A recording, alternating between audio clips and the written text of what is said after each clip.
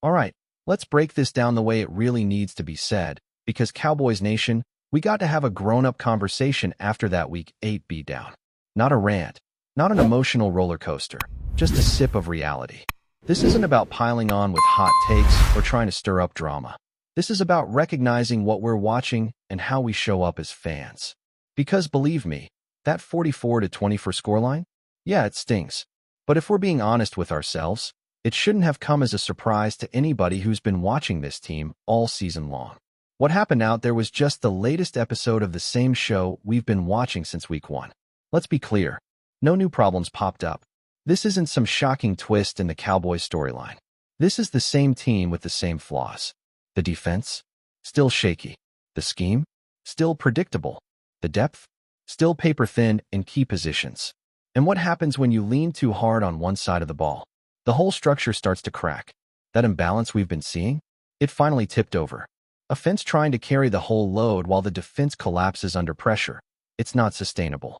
So before we even get into names or blame, we've got to acknowledge the fundamental truth. This team has been what it is from the jump. No better, no worse. Just inconsistent and incomplete. And here's the part that really needs to be said, especially to my fellow Cowboys fans.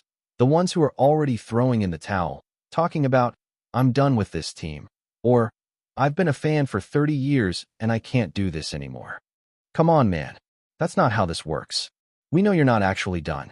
We know next week, when the team shows even the slightest sign of life, maybe makes a big play or pulls off a win, you're going to be right back in that jersey, screaming at your TV like nothing ever happened. And that's okay. That's part of being a fan. But the emotional whiplash? The sky is falling energy after every single loss. That's got to stop. It's embarrassing. We've got to show up better than that. See, being a fan isn't about only riding high when everything's perfect. It's about weathering the storm. And right now, this team is in the middle of one. Injuries have gutted the defense.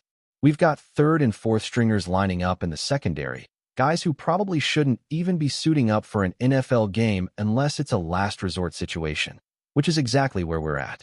The linebacker room? A patchwork of cast-offs and role players. The best defensive player? Hurt. And yet, somehow, we're acting shocked when the defense gets cooked by a competent offense. Let's not act brand new. We knew this was possible. We knew that if the pass rush didn't dominate, this scheme would fall apart. That's exactly what's happened. The whole system was built around getting pressure on the quarterback fast, shrinking the field, forcing quick decisions, and letting the back end play aggressive and downhill. But when you lose the players who make that work, when the injuries start stacking up, the whole thing unravels. That's what we're seeing. And that's why you don't just point fingers blindly or throw in the towel. You understand the context. Now, I'm not here to defend every coach or protect Jerry Jones from criticism. Far from it. That's not the point. The point is, every time the Cowboys lose, we can't just default to blaming the same people, recycling the same tired narratives without actually analyzing what's happening on the field. It's lazy. It's reactionary. And it doesn't help anything. Jerry ain't strapping on pads. He's not the one missing tackles or blowing coverages. And yeah, he's part of the bigger picture when it comes to roster construction. But let's not pretend the man can control injuries or magically conjure up talent out of thin air midseason. Right now, the Cowboys' defense is in survival mode. And that's why the offense, despite being one of the best in the league, ends up getting exposed too. Because when one side of the ball is this bad, the pressure it puts on the other is too much. You can't ask the offense to be perfect every single week, to drop 35 or 40 just to have a shot at winning. That's unrealistic. Mistakes happen. Even great quarterbacks have bad days. But when the defense is so unreliable that one or two offensive mistakes spell doom for the entire game, that's a team problem, not just a quarterback problem. That's why I'm not flipping out. That's why I'm not jumping ship. That's why I'm not about to make a 3-minute TikTok about how I'm quitting the Cowboys after being a fan since I was a kid. Because I know what I'm watching. I know what this team is. And I'm not going to pretend like I expected something different. Yes, the loss hurt. Yes, the defense looked terrible. Yes, the coaching staff needs to make serious adjustments. But no, this doesn't mean the season is over. Not in a year like this. Look around the league. There's no unbeatable juggernaut out there. No team that's head and shoulders above everyone else. This season is wide open. It's full of parity. And in a year like this, You don't just give up after a few ugly losses. Especially not when you've got one of the top 3 offenses in the NFL.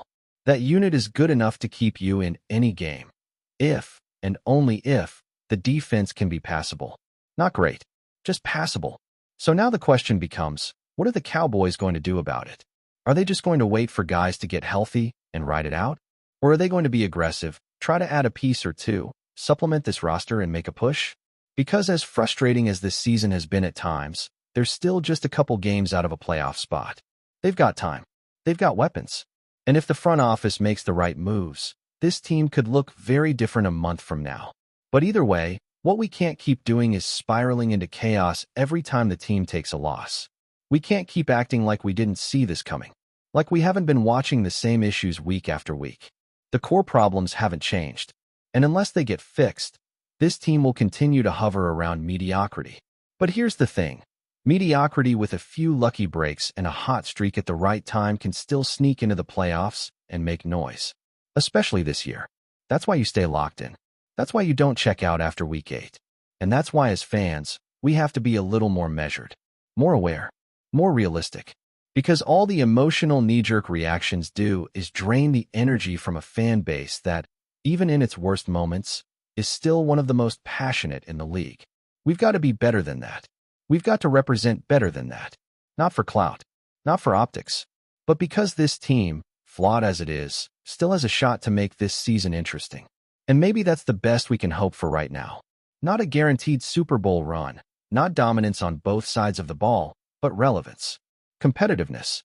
The kind of edge that keeps you watching every Sunday because you just never know. The kind of potential that still deserves our attention, our hope, and yeah, our criticism, but the kind that's fair, informed, and grounded in reality. And now that we've reset the mindset, let's dig deeper into what this Cowboys team really is and where it's heading. Because the truth is, we're sitting at a weird crossroads. Not bad. Enough to tank, not good enough to dominate. But somewhere in the middle, stuck in this gray area where every win feels like a potential turning point and every loss feels like the end of the world. And that's where this fan base has to evolve.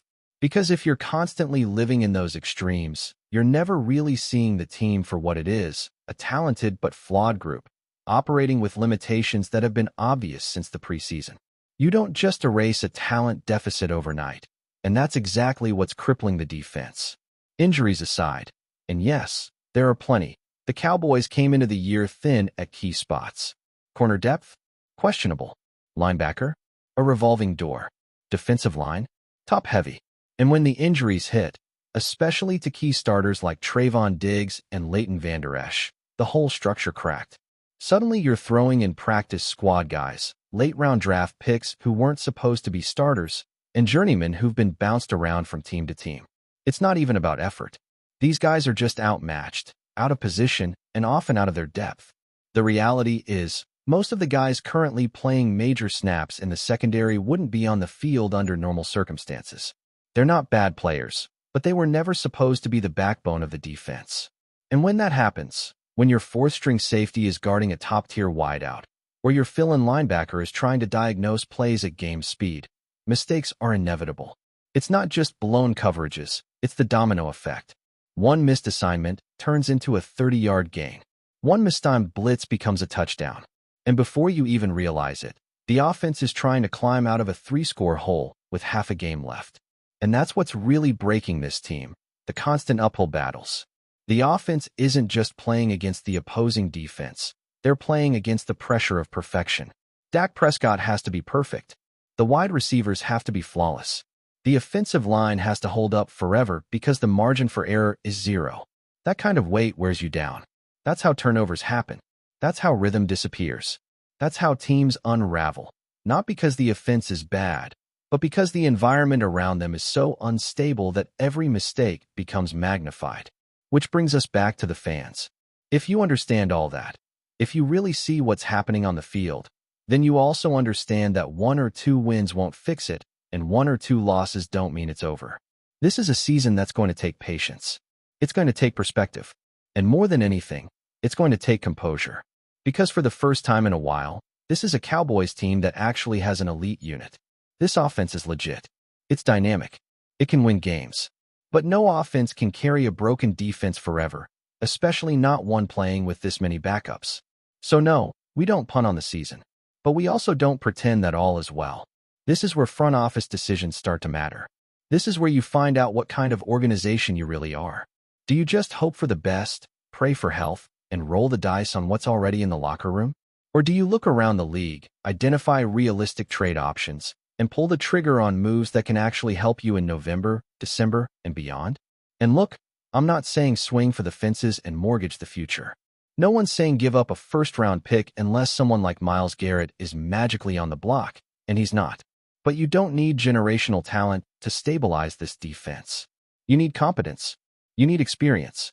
You need guys who can line up and play assignment-sound football, so you're not getting beat before the ball is even snapped. And yes, you'll probably have to give something up, a third, maybe a fourth-rounder. But let's be honest, you're not building a championship window around mid-round rookies. You're trying to win now. This roster is built to compete now. You've got a quarterback in his prime. You've got a receiving core that can stretch the field. You've got one of the most explosive running backs in the league when used correctly.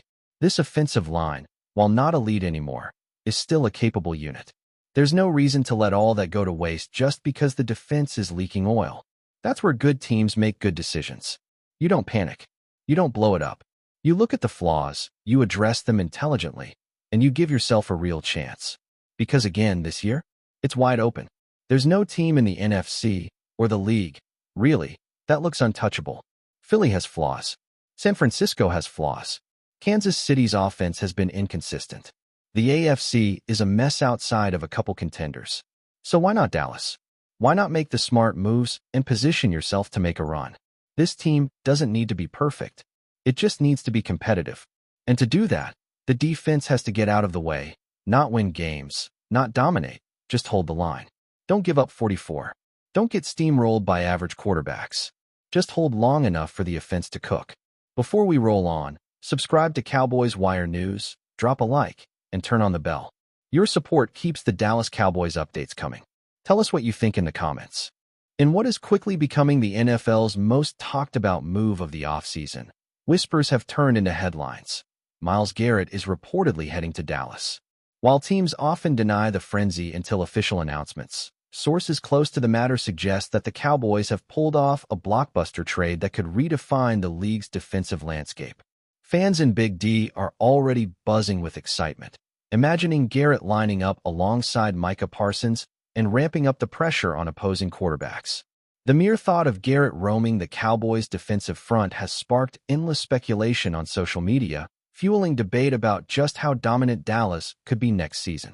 Insiders hint that the deal was anything but simple, involving multiple draft picks and perhaps even player exchanges, signaling the Cowboys' commitment to making a statement. Garrett, known for his explosive pass-rushing ability and relentless motor, is expected to bring immediate impact, but the real story may be how this changes the entire NFC East dynamic. Rivals like the Giants and Eagles now face a drastically tougher front seven, raising questions about whether Dallas' defensive upgrades tip the scales in what has already been a tightly contested division. Though official confirmation is scant, the rumblings from locker rooms and training facilities suggest Garrett has already begun envisioning himself in the silver and blue. Team insiders describe a mix of excitement and cautious optimism, as integrating a star of Garrett's caliber always carries both promise and pressure. The Cowboys fan base, however, appears ready to embrace the potential chaos. Social media posts flood with gifs of monster sacks, touchdown celebrations, and memes predicting a league-wide shakeup. As the dust settles on what may become one of the most talked-about trades of the decade, one thing is clear: Dallas has made a bold statement. Whether Garrett's arrival translates into immediate dominance or a slow-building force remains to be seen, but for now, the NFL rumor mill has never been hotter. Speculation is mounting. Will this be the start of a defensive dynasty or just another high-profile gamble? For Cowboys fans, it's a thrilling ride, and everyone else is watching closely, wondering if they just witnessed the first move in a new era of football chaos. That's a wrap from Cowboys Wire News. For breaking Cowboys updates, subscribe, drop a like, and turn on the bell. Tell us your take in the comments.